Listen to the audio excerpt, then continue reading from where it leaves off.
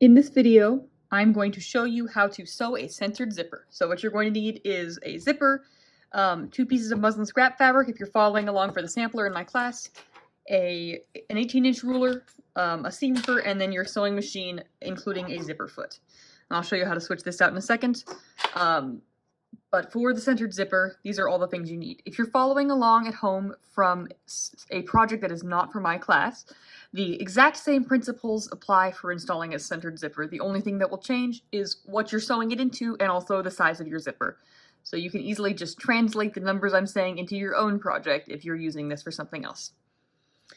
So to start out with, what I'm going to do is I need to mark the size of my zipper on my piece of fabric, and my zipper is a 6-inch zipper, and so from stop to start it's about 6 inches. It does have a little bit of room because the zipper itself cannot count in that, so 6 inches is what we're going to be marking. And when you buy a zipper, it should say exactly how big it is, and these ones are 6 inches. And so I'm marking a point for my 6th inch, and then I'm going to mark a start point at 0. And now I'm done with my ruler for now. I'm also going to really quick pin this together, just very briefly, because then I'm going to stitch the entirety of my piece together. So if I was sewing a seam, this would be just be me stitching it. The reason why we needed to mark, here's my pins. The reason why we needed to mark the lines before we began stitching is so that we know when we are going to change the kind of stitch we're doing on the machine. Because in between our 2 marked lines, we are going to do a basting stitch rather than a regular machine stitch. Now granted, we're doing it all in the same run of machine stitching, so I'm going to stitch along, and I'm actually putting my seam allowance at 5/8 of an inch. That's generally what you want to do for zippers. And once I reach my zipper start point, I'm going to backstitch again, and then I'm going to increase my stitch length to be 4.5, so that it is a basting stitch. This will be much easier to take out because we're stitching this all closed so that it will lay nice and flat, and then we will open it up once we've got the zipper installed. So we're very temporarily stitching this whole thing shut. And once I reach my next point, my stop point, I'm going to turn my stitch length back to 2.5. I'm going to do a little back stitch there, and then I'm going to sew all the way to the end and back stitch again. The back stitching twice is so that once we are seam ripping this basting line, we don't have the rest of your seam unraveling. And actually, what I am going to do for this is I'm going to go through and I'm going to essentially structurally weaken the basting stitch that I just put in to make it even easier to pull out. So I'm just pricking every couple of stitches, including that first one after the marked line. I'm not doing a ton of them. I'm doing probably 4 in the middle, and then the 2 end ones, because if you do too many, it will just be like you didn't sew it. It'll be hard to attach everything. But this way, it will be much easier when it comes time for you to remove your stitching, to just pull it out easily, because you're going to be putting your zipper in, and then that'll be in the way. So now you're going to go over and press your seam open with our 3-way press of the iron, which I will show, and we'll be heading back over to get our zipper installed. Over at my iron, I am just going to do our typical 3-way press. If you're doing this on a real garment, you would do this to your whole seam, but since I'm just doing it on a little sample, I'm doing it to the whole sample. And I'm going to, so I pressed it while it was shut, and then I'm going to finger press the whole thing open and then bring my iron in. And press, and then I'm going to flip it over and do it one more time from this side for good measure. And now I'm ready to pin in my zipper. We've got our zipper all pressed open. Now we're ready to pin it so that we can be prepared to attach it to our actual piece. So what I did is I opened up my zipper. I just zipped it right open because we're going to need to attach only one part of it right now. And so I'm going to fold my fabric so that just the right side of the seam allowance is poking out in the layer by itself. So it is sticking out of the fabric. It is not going to be overlapping the actual layer. It's just seam allowance. Then I'm going to take my zipper and I'm going to take it so that the zipper pull is face down on my sample, and I'm going to line up my bottom and my top of zipper with the two little marks I've got here. I am also making sure that the teeth of my zipper, which these are the teeth, these little things that interlock, are called teeth of a zipper. I'm going to place them so that they are lining up with the seam line fold that I've got there. And so the point of this is that we're going to stitch it on, and ultimately we will open that seam up and it will reveal the zipper inside nicely centered and installed very easily. Installing zippers does not need to be a scary process, so I'm just pinning this in place really quick and just in a few spots so that when I head over to my machine, which I'm going to do right now, it stays nice and centered for me. Over at my machine, it is time to switch to my zipper foot. So most sewing machines, if not all, come with a zipper foot. That is a machine sewing foot that looks like this. So rather than our regular one, which has quite a bit wider profile and a little gap where your thread goes in, the zipper foot is really skinny, and it's got two little gaps, one on each side, for your needle to go through, and there's no like thread slot or anything. So to replace my zipper, I'm going to find the lever that's holding the foot on, which in my case is right just to the left and behind, and I'm going to pull down on my foot. Each sewing machine is a little different, but once you figure out how to remove a foot, it should be very easy, and you shouldn't have to like reef on it. It should be an easy process, and typically does not involve a screwdriver or anything. I'm taking the whole foot off because I'm going to replace it with this zipper foot. And so I'm going to take this and I'm going to find the peg that's going to stick up into my foot, and I'm going to nest it in there. Oop, I'm way off. And then put the lever back down, and now I've got a foot attached. But the important thing that I do is right now, if I were to sew with this, my needle would smash directly into the metal part of the zipper foot, breaking the needle. I mean, it would break the needle or bend it incredibly badly. Either way, it'd be beyond repair. So I need to adjust my needle placement. And so on each machine, there is a way to do that. And I'm going to adjust it so that my needle is all the way to the left, so it's going through the little left slot there. If you're not sure how to do this on your machine, either look up a video on how to install a zipper foot on your machine or find the manual, because it should state right away how that is done. Now that I've got my zipper foot on, I'm going to place the bottom of my zipper right up underneath that. And you'll notice it's a little tricky because this is right in the way, but it's a necessary evil because it's a zipper, and so it has one of those. I'm getting as close as possible to the little feet, and then I'm going to adjust my stitch length to 4, and I'm going to baste this on. We're going to machine stitch this on for real once we've got both sides attached and also the seam allowance basted down. There's a lot of basting in our future. It's almost like you're making Thanksgiving dinner and you're trying to baste up a turkey with how much basting is going on here. And once you've gotten that, you can just stop at this little metal zipper stop, and you've got your zipper basted on in one side. And then what needs to happen next is you're going to zip this bad boy closed. And make sure that it doesn't get stuck on your fabric, which is what mine was wanting to do. You're zipping it closed, and then you're going to do the same thing, essentially, but now it's closed. So I'm folding the left side of the seam allowance over, and I'm going to place the bottom of my zipper. Once again, you always want to go from the bottom to the top, because that makes sure that things are in the best placement, and I'm going to baste. First, I've got to re-thread my needle. It's come undone. I'm going to baste this down. I will, however, need to switch my needle to be on the other side of the zipper foot. So now it is closer to the right side. So I go like that. And the reasoning for this is because now I'm sewing on the other side, trying to be close to the zipper on this side rather than the other side. So your zipper foot is adaptable and needs to be changed based off of where you're trying to get really close to the zipper on. And I'm just stitching close, and once I reach the spot where this is, I'm just going to stop and cut off my thread, and now I have got my zipper basted to both sides of my seam allowance. For my next step, I'm going to do some hand stitching, but I'm going to take us over to the table so you can see a little better. Now it's come the time to hand baste our seam allowance and zipper all together.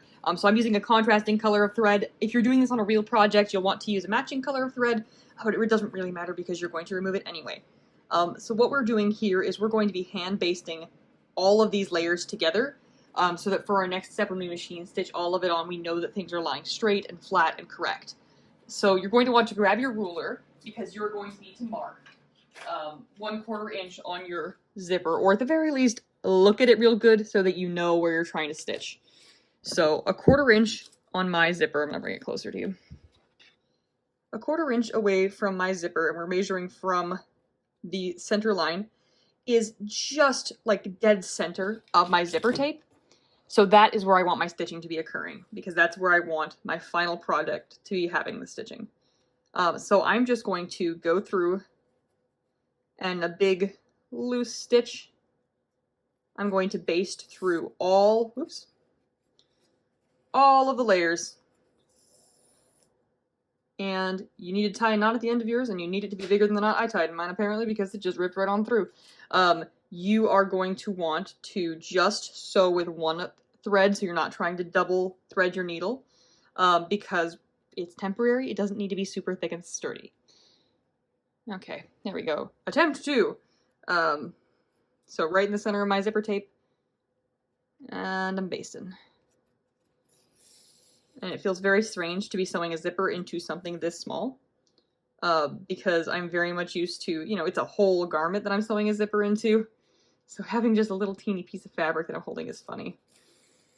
I'm sewing a zipper into something barely larger than itself. And I am sewing basting stitches that are probably bordering on a 1/2 inch wide each, because, like I said, big and fast, not needing to be perfect. From the right side of your fabric, it should look like this. So you're going to see it on the right side of your fabric, because for our next step, we are sewing through the right side of the fabric. The basting and the seam allowance is just to get everything truly in the right position.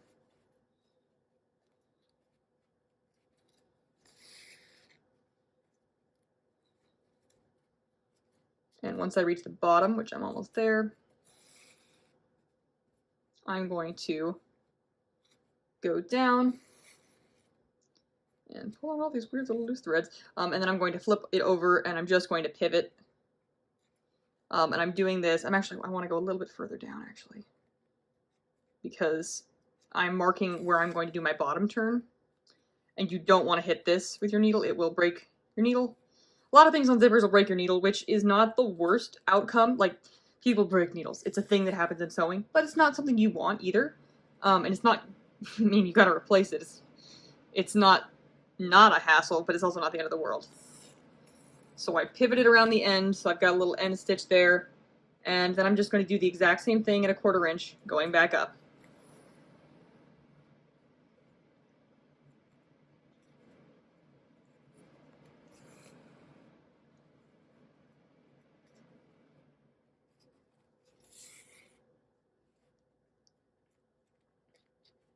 You might be thinking, this seems like a lot of work to just install a zipper. Why can't I just sew it in the first time without multiple rows of basting stitches? And the answer is, you absolutely could, but it's going to take you more time in the long run, because odds are you're not going to get it in right the first time. I've learned this lesson the hard way.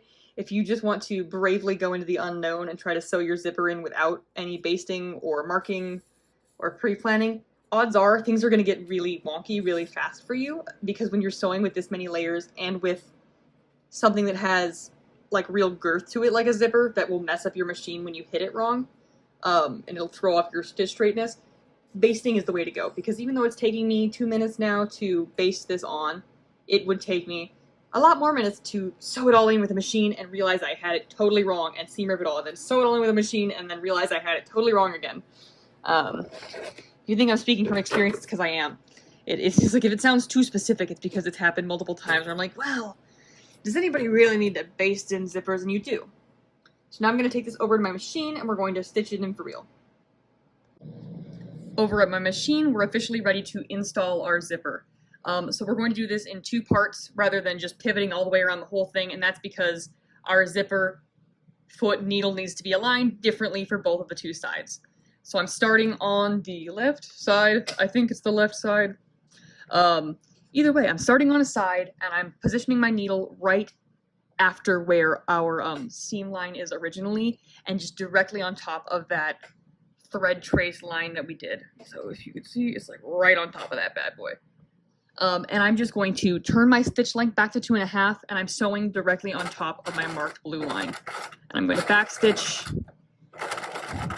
and I'm going to, once I reach the point where I'm going to be in line with this, I'm going to pivot, and then I'm going to stitch all the way along this. And right now things are getting caught because there are spare threads afoot, so I'm just going to clip those, and I'm just going to stitch the whole way along.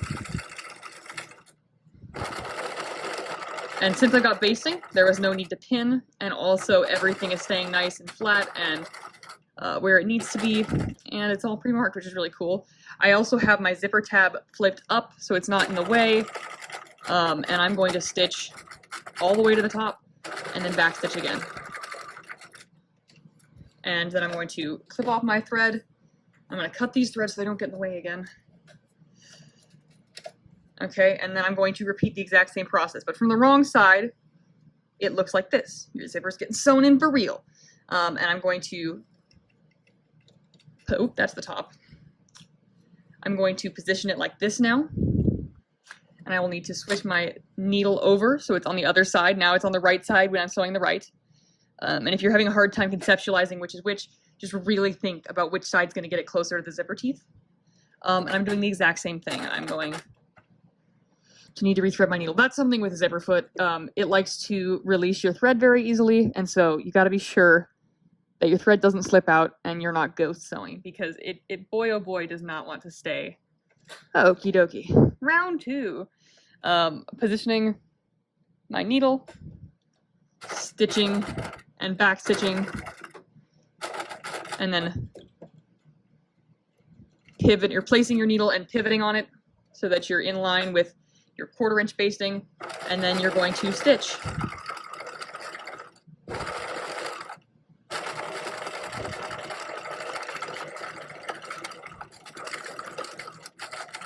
And I'm always really careful when I get up by the zipper pull because that is pretty bulky and you don't want it to break anything. Then I'm going to back stitch, and I'm going to cut my threads loose. So now I've got this. Admittedly, you can't really access a zipper from this, which is where your seam ripper comes in. So now you're going to go through and you're going to rip out the seams that are holding the basting threads that are holding your zipper together. And you're actually going to want to rip out the top ones too, because it's not like an enclosed zipper like it is in a skirt. And then you're going to go along and you're just going to rip all the rest of these bad boys out.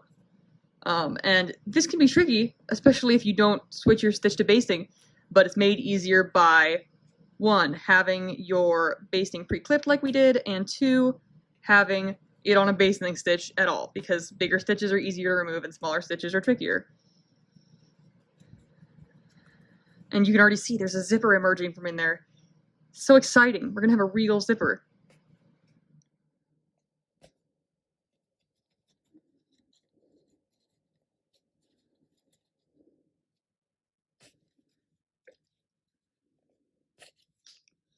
And once you've reached the bottom, you're going to want to stop. Don't keep ripping past where your bottom seam line is, because then you'll just undo everything you just did, which is not the goal. We don't want to redo stuff.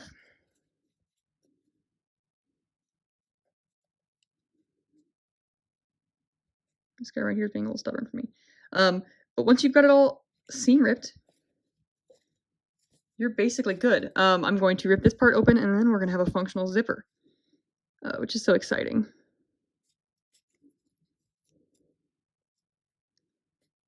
Okie dokie. If you're doing it on a skirt, you would want this top part closed. And so now, the moment of truth, I can unzip this bad boy, which is so magical. I am going to go through and I'm going to tear out this first layer of basting and also the blue marking thread for visual appeal, and also so that I don't have anything that's hindering the zipper going and sewing. But that's all there is to making a center zipper.